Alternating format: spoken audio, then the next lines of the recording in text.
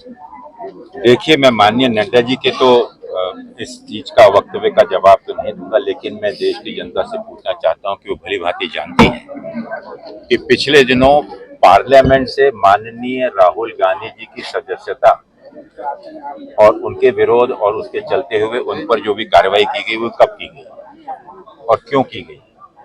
क्योंकि माननीय राहुल गांधी जी ने पार्लियामेंट के अंदर बड़े स्पष्ट तरीके से पूछा था कि ये माननीय अडानी जी और उनके कंपनियों के जो फेक कंपनियां हैं उसके द्वारा जो पैसा आया था उसका मालिक कौन है, जिसका उत्तर आज तक के नहीं मिला है।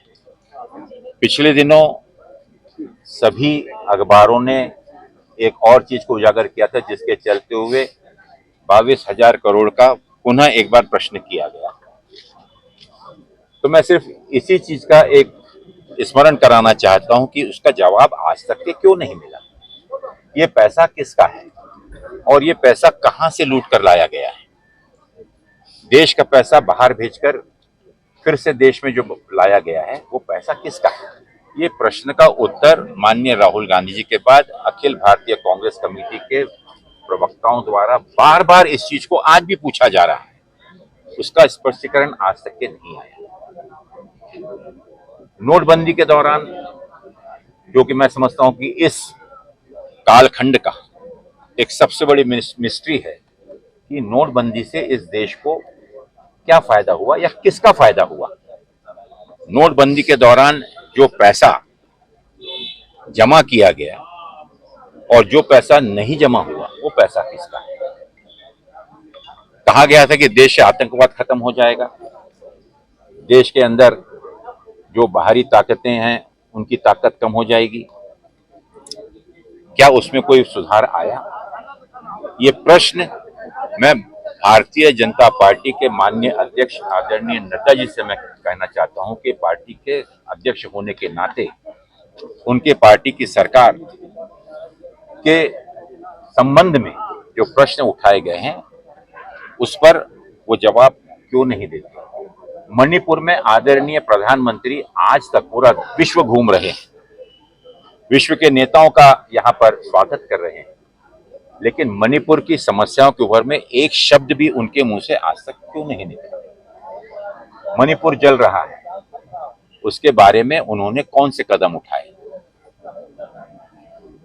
इसी प्रकार से आज समय समय पर आप देख रहे हैं कि माननीय नड्डा जी या उनके पार्टी के वरिष्ठ नेता जो भी वक्तव्य कर रहे हैं वो वक्तव्य मात्र देश की मासूम जनता के जहन में, चाहे महंगाई के बारे में हो, चाहे बेरोजगारी के बारे में हो, चाहे देश की गिरती अर्थव्यवस्था के बारे में हो, या देश में बिगड़ते हुए आंतरिक हमारे वाद विवाद के बारे में हो गया, या आदिवासियों पे हो रहे अत्याचार और उनके भूमि अधिग्रहण के बारे में। इन सब समस्याओं से, इन सब विषयों से लोगों का ध्यान बटाने के लिए इस प्रकार के अनारगल आरोप प्रत्यारोप किए जा रहे हैं।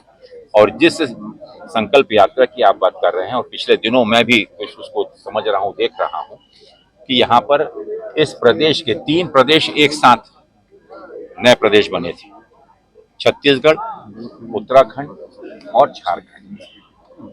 मेरे ख्याल से आईना दिखाने की आवश्यकता नहीं है, हम तुलना कर लें कि इन राज्यों में और विशेष रूप से झारखंड में प्रथम मुख्यमंत्री से लेकर और 17.5 वर्ष जिस पार्टी ने राज्य किया, उस पार्टी ने इस प्रदेश का क्या विकास किया और पिछले जो 3.5 सालों में इस प्रदेश का क्या विकास हुआ। तुलना जनता देख रही है। यहाँ के लोगों की समस्याओं के बारे में जो वर्तमान सरकार ने कार्य किया है, जिस ईमानदारी से कार्य किया है माननीय हेमंत सोरेन जी के नेतृत्व में जो गठबंधन की सरकार है, हर एक मंत्रालय ने आगे बढ़कर जो काम किया है, इतनी अड़चने पैदा करने के बाद भी और लोगों द्वारा चुनी हुई गई सरकार को हर दूसरे दिन गिराने की बात करके एक अस्थिरता का वातावरण फैलाने के बावजूद भी, जीएसटी का पैसा रोक लेने के बावजूद भी, केंद्र सरकार की मदद अलग अलग खातों में ना भेजने के बावजूद भी जिस हिम्मत और मुस्तैदी के साथ में गठबंधन की सरकार कार्य कर रही है, ये जवाब है उन 17.5 सालों का जो आज की वर्तमान गठबंधन सरकार कर रही है। माननीय नड्डा जी का पुनः मैं स्वागत करता हूं और उनसे कहता हूं कि अभी भी जाग जाएं। लोग अब नफरत की और इस प्रकार की नकारात्मक राजनीति से थक गए हैं। लोग मोहब्बत की राजनीति करना चाहते हैं। लोग देश में शांति चाहते हैं, देश का विकास चाहते हैं, रोजगार चाहते हैं और लोगों के घर सामान्य रूप से चल सके उस प्रकार की सुरक्षा चाहते हैं।